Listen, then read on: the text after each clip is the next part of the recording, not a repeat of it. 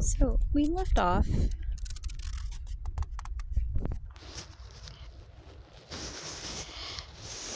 on this page.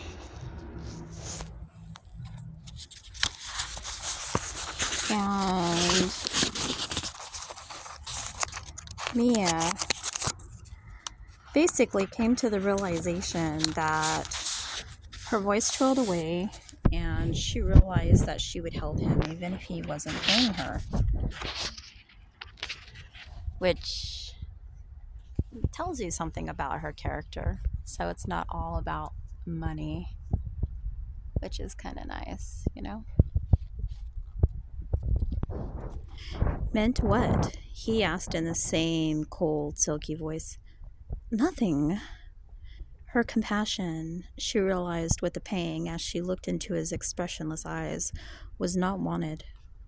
Suddenly desperate to be alone, Mia pushed her chair back. I hope you don't mind, but my brain's fried after all that studying. I need to get some sleep.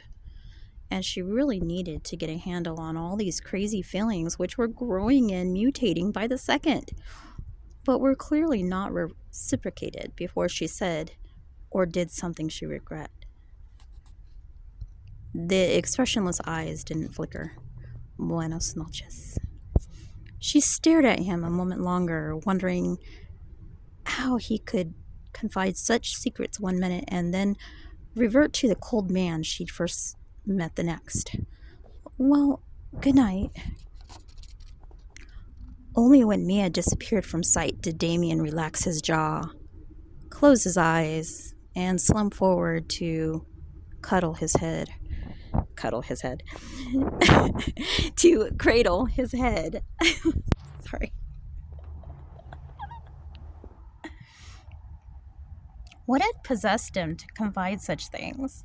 He never spoke about his family on such a familiar level. Whatever went on behind the scenes, a united front was always maintained. Any an- antipathy? I don't know. Antipathy? Antipathy was kept within the family. Outsiders might suspect, but those suspicions were never confirmed. Discretion was at the heart of all Delgado life, both business and personal.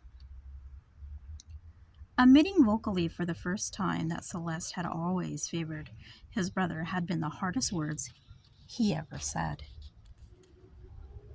But they somehow been the easiest too. He stared into Mia's eyes and the words had been sucked from his tongue. Just as everything else he confided had been. He downed the rest of his beer and gripped his hair. What was it with Mia? Was it her proximity while they shared his apartment that was causing him to feel he'd been caught in a spell? If it was his apartment she occupied, he wouldn't have a problem, but she was in his head too. When they were apart, constantly shimmering in his vision.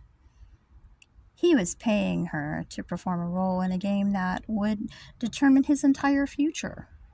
And even if he wasn't, if they'd met in a more natural way, he still wouldn't want to get involved with her. She was everything he didn't want in a lover.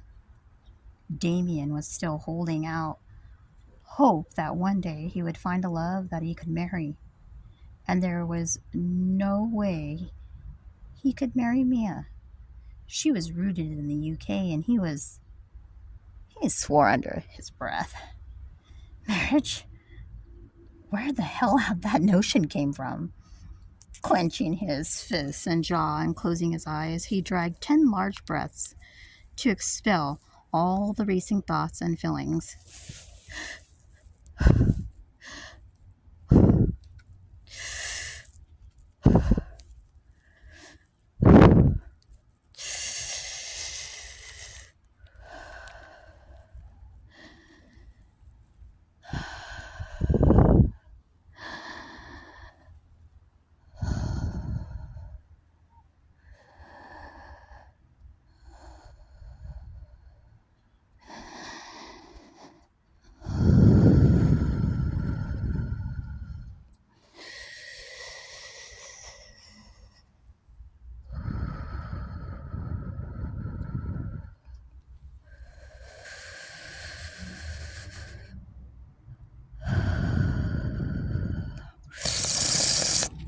He took a large drink, and that was needed. Something to numb him a little, so when he did go to bed, he wouldn't lie for hours staring at the ceiling, thinking of the woman occupying the room mere feet from his.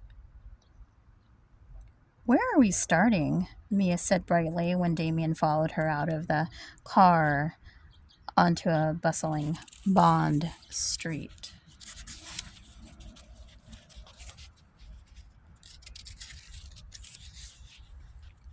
"Have you stopped here before?